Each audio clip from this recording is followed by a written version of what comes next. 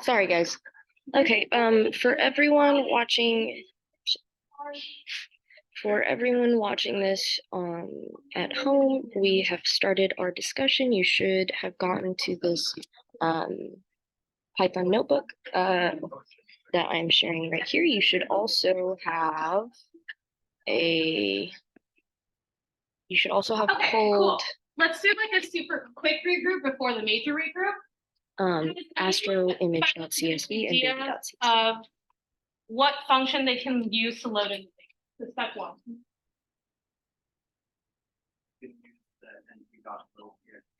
Perfect. So np.loadtxt is a great function to use to load in files. So if you haven't already, take a second to look into the documentation of that and see how you can use that with the Astro image file.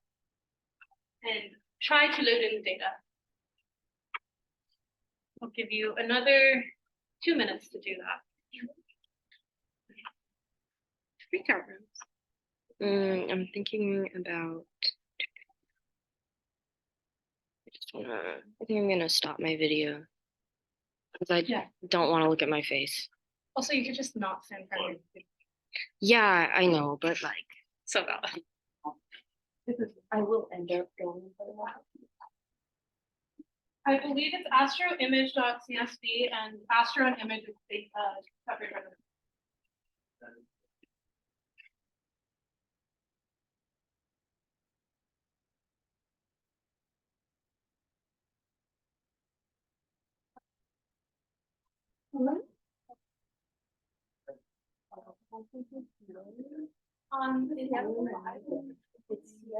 It's possible to see that.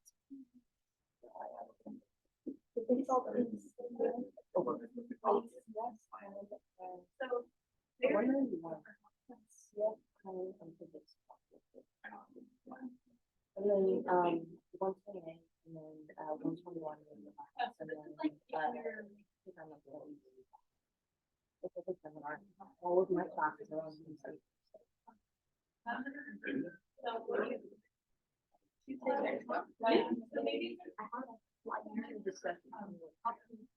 But that means I have all of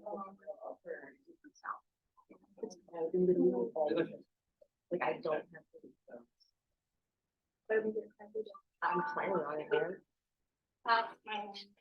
All right, cool.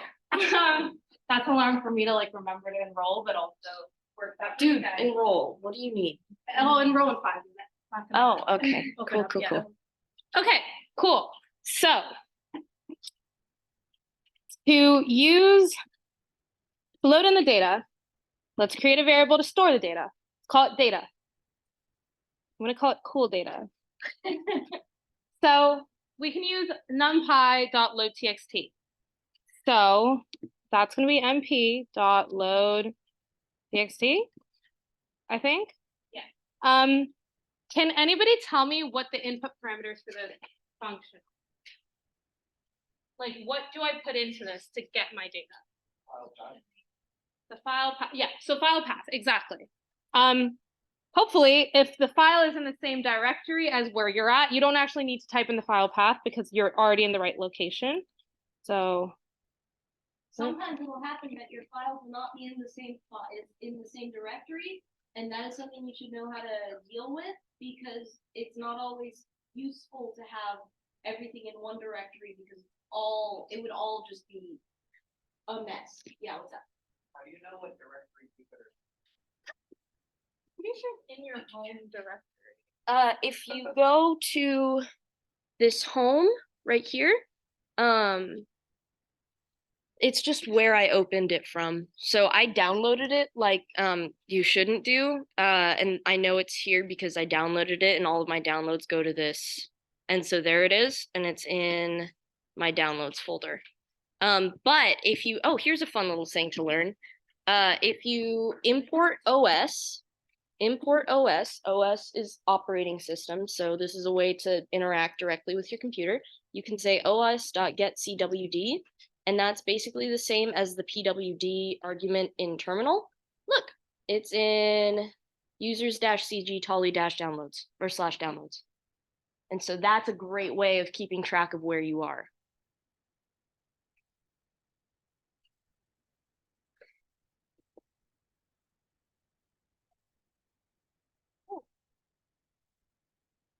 And then if you look up like the OS command or the OS package in on the internet, it gives you a bunch of really cool, really nifty commands and methods. Perfect. It imported or it shows something that I don't even know.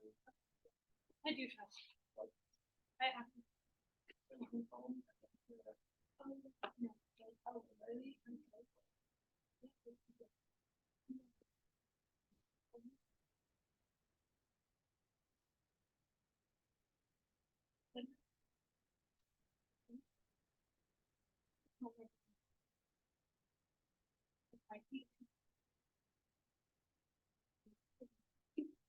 No, I'm just gonna leave that.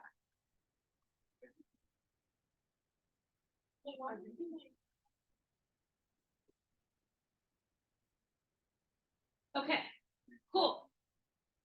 Have people loaded up the data? So technically right now, if I run cool data, I called it cool data. You can call it whatever. I get a bunch of numbers and things.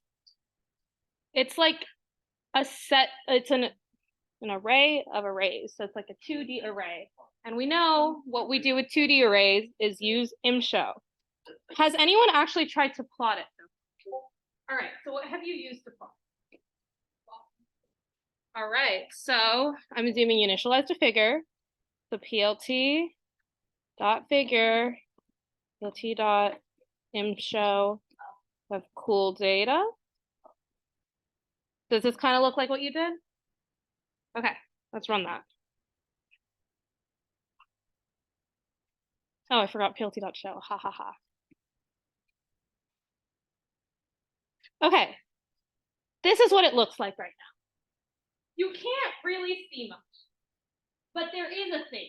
Does everyone see that? Like, okay, it's really hard to see, but there is a thing. It's not just a blank square.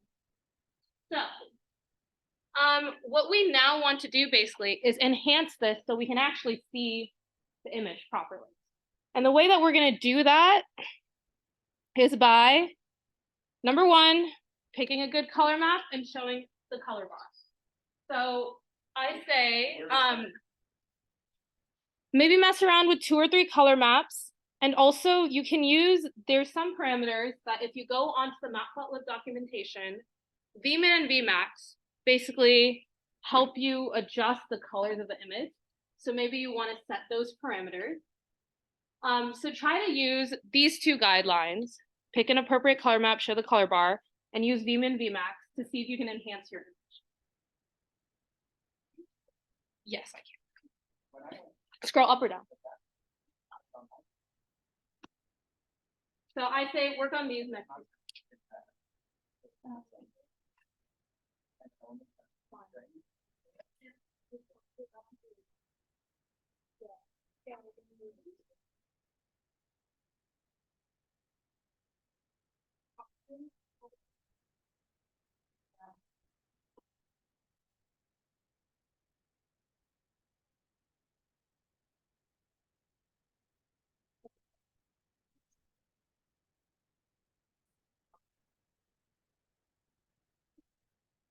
Then access files on my computer and download them.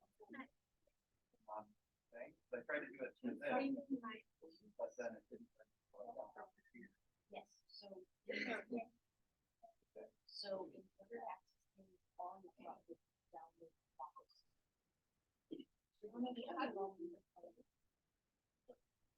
Download the whole thing. All right, now I can actually put it. All right. Does anyone have any fun color maps that they found make their data a little better? Huh? Not bone? Okay. So valid.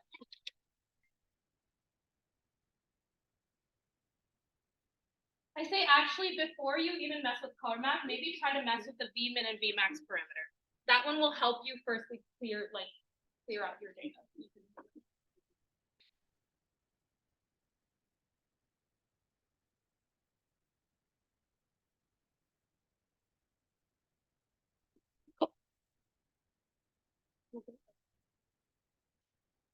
I did.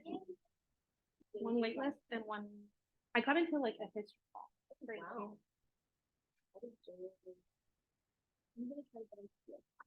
But I have to declare.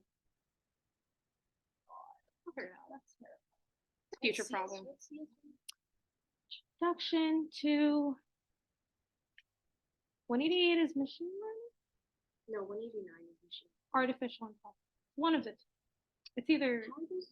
Yeah, they both are the same. Yeah, 188 and 188 I mix them up all the time. Yeah, I know.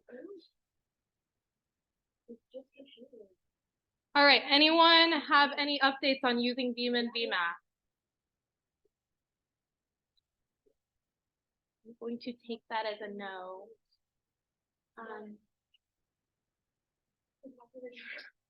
Yeah. How did you get the part where you got the color at the use the data set? Oh, I just did plt.imshow of the data. Cool. All right. So, anyone found any? I mean, I generally know what I did, but like, just in case. Okay. Just for the sake of time, trust me, like I know it takes a long time to find like ideal parameters and stuff, but I will walk you through the general like thought process I had when we were doing this. Number one is you can see that like you can't really see the data is the first observation I made. And number two, do you see how like the axis kind of runs weird? 0 starts at the top. Does anybody remember how we fixed that last class? There was a parameter that I introduced. Yeah, exactly. There was an origin parameter. So that's the first thing I'm going to fix. I'm going to set the origin to lower.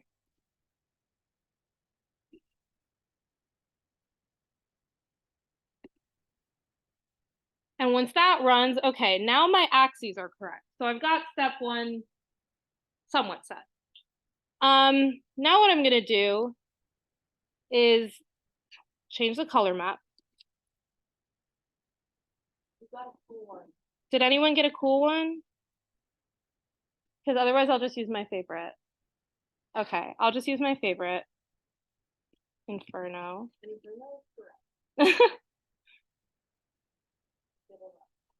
Okay, cool. So we see, oh wow. All right, it looks awful on the projector. I swear it looks a little better on the laptop.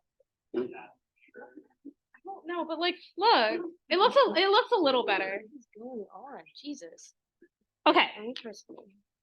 it doesn't look like just a black square. It's not supposed to.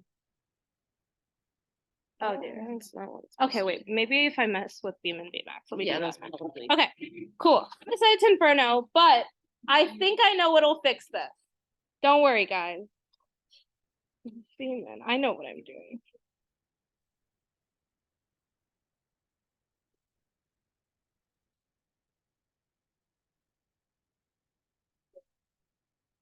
Yeah. Okay. So remember how I was talking about those Vmin and Vmax parameters?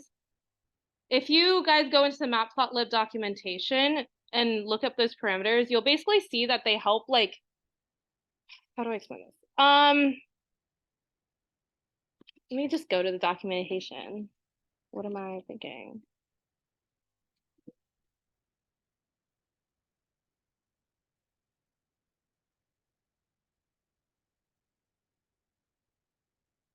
So do we see how there's a Vmin and Vmax parameter? These are optional parameters. Thank you.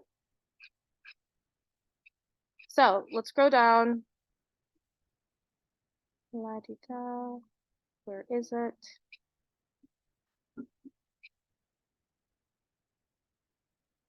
Why can't I find it? What's going on? Command F, there we go. How do I? Okay, so we can see that when you're displaying data as an image, because it basically is mapping these values to colors, right? So it wants to normalize those colors, which is what the Vmin and Vmax values do. For me, I kind of just like messed with numbers until it looked okay, which is also kind of the way you go about it a lot of the time. Just put in random numbers until you can see something. Like, what grade? Like, okay, I started with like 100 and 100. Oh, okay. And then like I, tweaked it from there. Don't go like a million. Yeah, like don't go crazy. 0.0005. Exactly. That would be pretty funny to see what happens. So That would be really interesting. try it. What like do? Yeah. And then Oh, minimum is like 0. And so, we had a question about how we rotate that. ooh, Yeah, Maybe it looks that down. good. That is a good observation to make. Oh God. Well, yeah. So don't go crazy with your numbers. So initially we had, so right now this is what my figure is looking like. It kind of looks like this. It is upside down. We don't like that, right? But remember how, so basically right now our origin is in the lower left corner, right? But what if we set our origin arbitrarily Right? correct? So let's switch our origin up to upper. See what that does. I'm pretty sure you can say upper, let's see. And upper is just, I think it defaults to upper left. Yeah, so you can either do upper or lower. There's a whole tutorial for examples and detailed descriptions. But in our case, we basically just want to say like lower, I think defaults to the lower left. And then upper, I think defaults. yeah, what's up?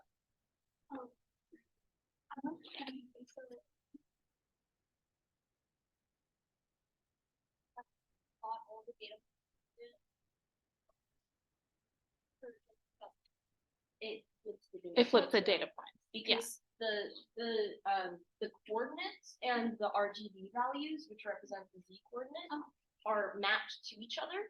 So if you flip the whole thing over, then the RGB coordinates also flip. Yeah, so they're all mapped to each other. So if you flip everything. Okay. And then my other question is for Vmin. Yeah, it kind of, yeah, exactly. So so the Vmin Vmax kind of help like normalize those like RGB values. So it's kind of exactly what you said. It helps like make them deeper in terms of colors. You're fine. So now if I color bar it, which is what we want to do because we want to see like what each color represents. Color bar is kind of like a legend. It shows what values are represented by these. Okay. Cool. That's why if you did like 0.01. It would be like impossible. It's gonna give you like a blank screen. Go for it. Okay, I'm gonna try something really quick. Cool data. Times. But so far, does everyone have a plot of something? That's because I ran something. Whoa. Whoa. Okay, not doing that. Never mind.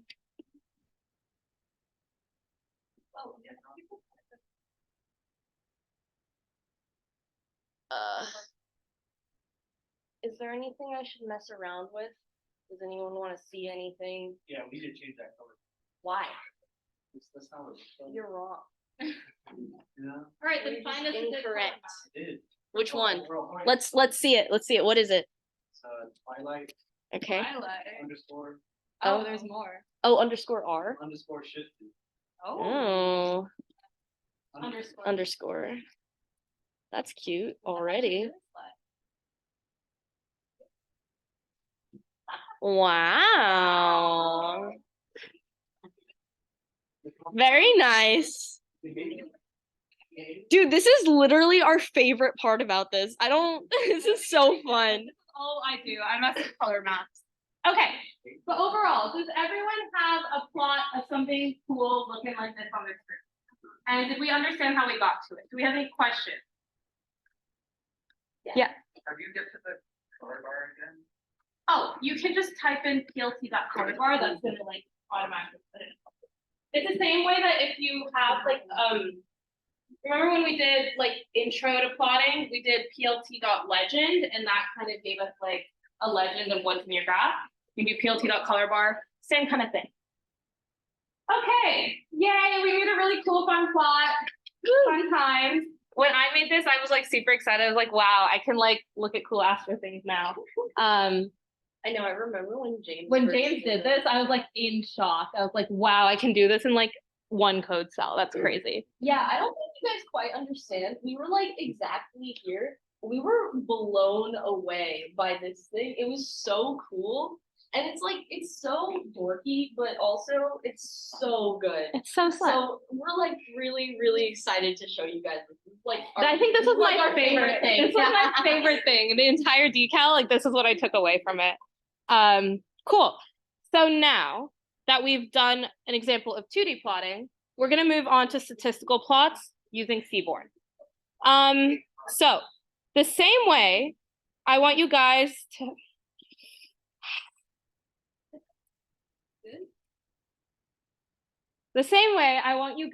load in the baby.csv dataset as we did for the previous question.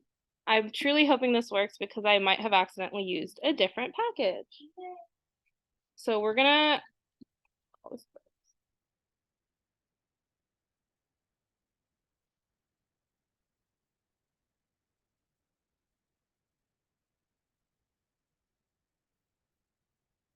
it hates me.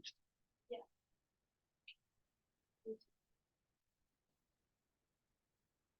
Oh, what? Yeah.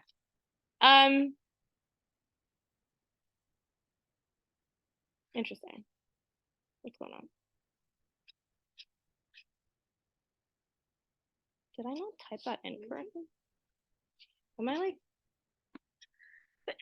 Bless you. Bless you. Sorry. Oh, I think I know why. Haha, there's strings in this data because the first row is titles. Okay, so this is my fault. I messed something up. To load in this data, I promise you will literally learn this next week. But until then, you're gonna load this in with PD. Sorry. No, because then they can plot it. They can use the header names. So first things first, I'm gonna skip this one and go to the next one. And next week, I promise this will make perfect sense to you. All right, let's move to question 3, scaling plots. This is also a very good question. I think this is a very, very helpful question. So remember subplots and how we did like 2 little plots on the same figure overall? What we're gonna try to do here is create 2 subplots, one with our original data and one with scaled data. So first things first, so this is the data. I know it's weird, it's already like, it's just the for loop or whatever, but this is your data. Don't worry about what exactly it is. Just run the cell. This is your data. Imagine you did not see that for loop. You were just given this data. So what I want you to do now is use the subplot syntax to create a subplot that has like 2 figure spaces. So you want a thing, which is 1 figure, and it has to have spaces for two graphs like this. Does that make sense to everyone? Cool. So I'm gonna give you guys like, sorry, I'm gonna give you guys like 2 minutes to do that. Raise your hand for a question.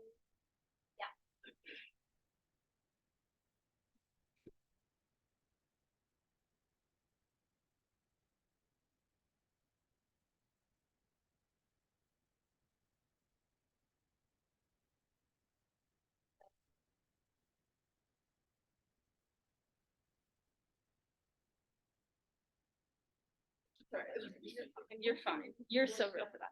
Also, I meant So we have so see. Oh, it's not for. It's not. That's just with. Okay. So I just yeah. I tried to do that. You have like it's maybe I have a login. So I'm really confused. I need to put that. Are you doing subplots? Yes. No. Okay, well, we'll try to. Let me. Don't you have the button?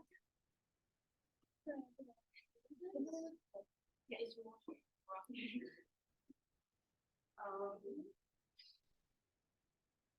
There's. Okay. Has anybody created the figure with two empty subplots? Or anyone have an idea of how to start creating this figure?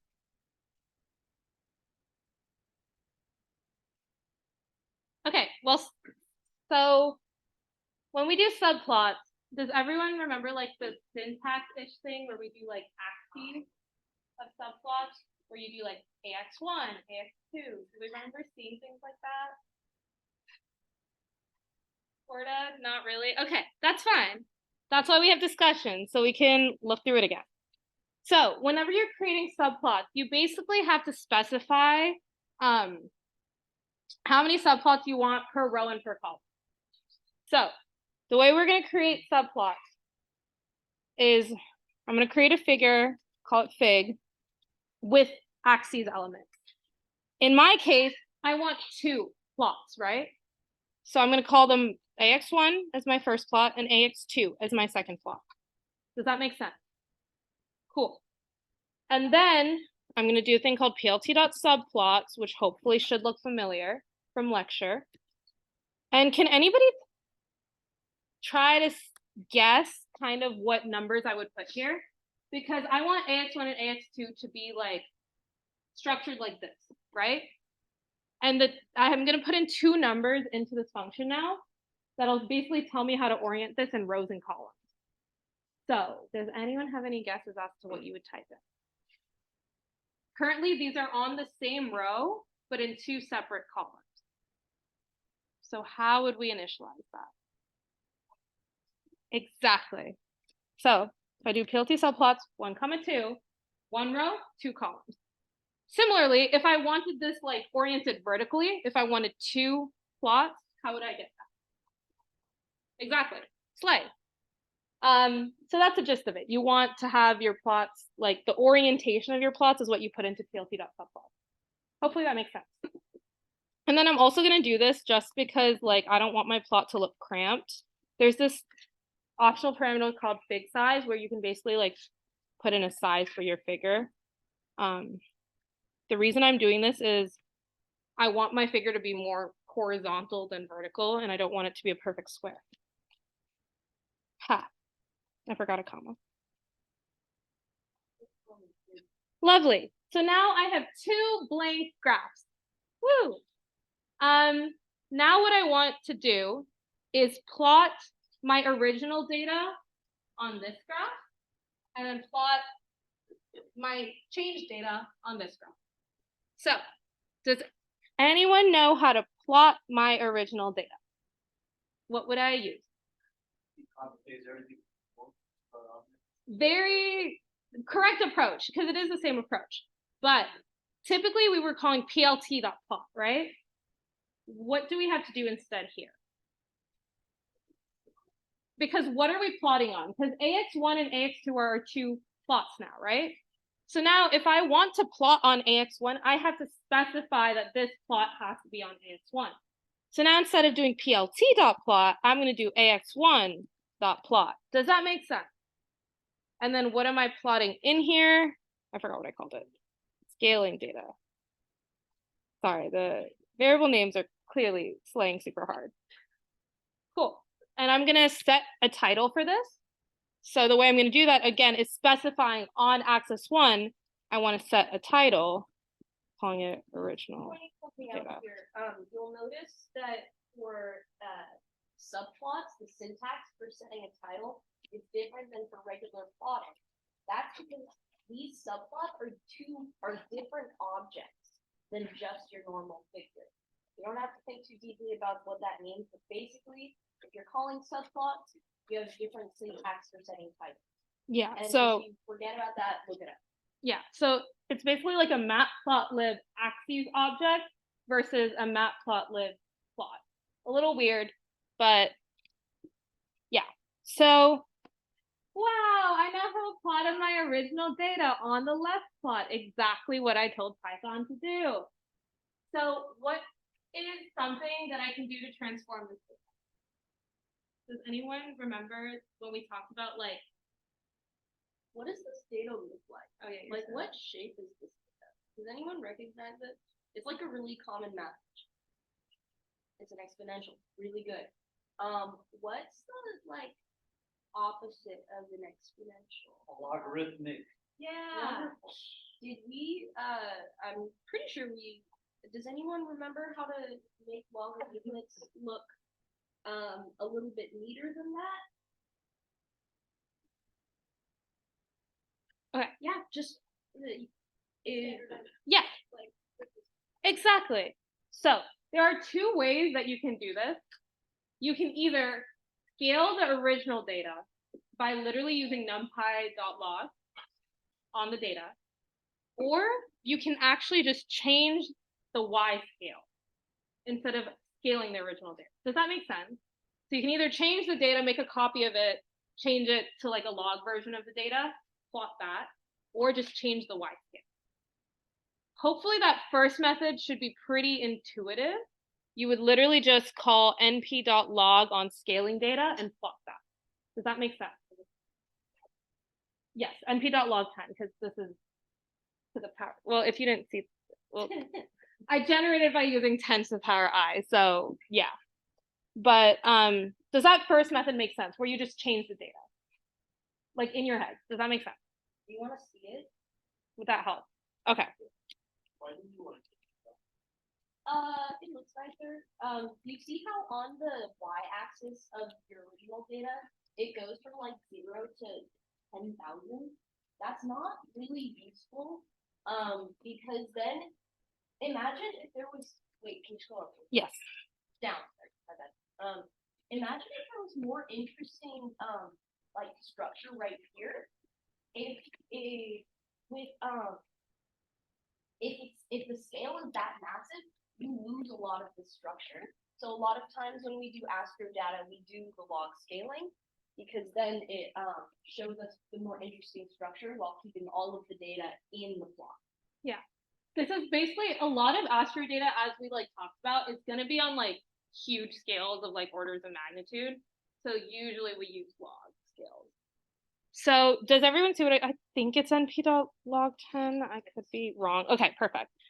Cool. So this should generate that guy. Does it make sense how I did that to everyone? That's crazy. That's crazy, isn't it? Okay. But basically, that is one option where we actually change the data, the input data. But let's say instead of doing that, I wanted to just like change my y-axis and set it to a log scale. The way I do that is there is a very cool Slay function called set y scale, and then you can set it to log. Yay! So now I can use my original data, but display it on a logarithmic scale. And you see how when I did that, this kind of automatically scaled in powers of 10. That's cute and slay. That means it's doing what we want it to do. And instead of log y, now this is just y. Does that make sense for everyone? Yeah, what's up?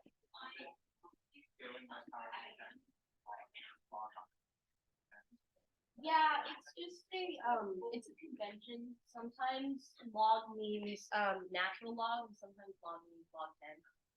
It's a stupid system. Yeah. You kind of have to guess or look it up. Yeah, you in the back and then you.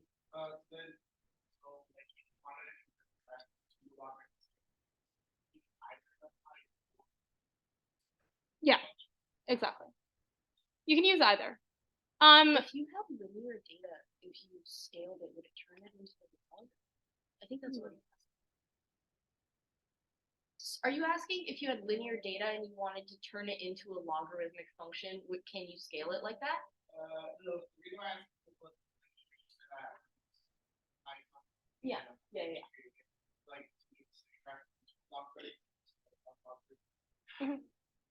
Yeah. but then you set underscore y scale logs. That another option. Yeah, so there's two options. Either the first way where you actually change the data input itself using np.log, or you can just set the y scale to log. The one good thing about setting y scale to log is like, firstly, these axes will be cute, like in powers of 10, which is really nice. But also like sometimes you just like don't want, like if you're using different scales that aren't logarithmic and NumPy doesn't have, you know, like there might be certain reasons why you would prefer to use one method over the other, but those are the two methods overall. Yeah, sometimes if you like multiply things, it gets rid of the integrity of some of the data, like and that's just a computer thing. Like it's storage stuff that I don't really understand, but yeah. Yeah, because Riley first and then. Okay, and then. Yeah, because sometimes you like don't want to change your original data. So instead of that, just change your y scale and then you're set. Of course, about how the plots are. Can I? Are you good? Is this okay? Does everyone have these generated? Are we good on this so far? Because I'm gonna be a little bit nitpicky about presentation really quick, just because we have a minute and this will only take a minute. So, do you see how choppy that is? No one likes that. One thing you can do is you can set the marker. So if you say marker equals, and then my favorite one is O, that'll set it to dots. So if you do that, oh my god. Yeah. What? But I don't want it to be. Oh, I think. Oh, that might be correct. No, I'm just trying to get rid of the line because I don't like the line. Oh, instead of putting them. Yeah. Oh, here, you know what I'll do is I'll do FMT equals K KO. What? Oh, the axes are objects or something. What? You can also axe that scattered. Line 2D. Oh, but then you need an X value, so I'll just avoid that. Yeah, okay. Well, that's fun.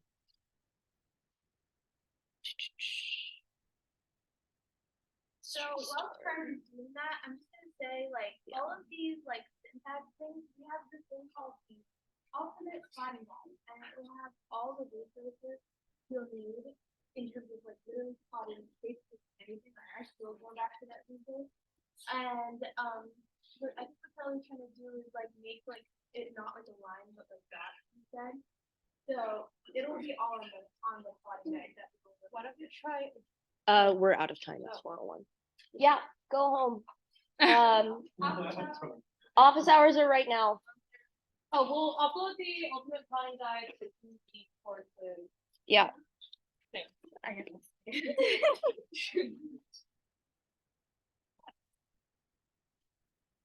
I did. Yeah. I know everyone was so okay. This needs to.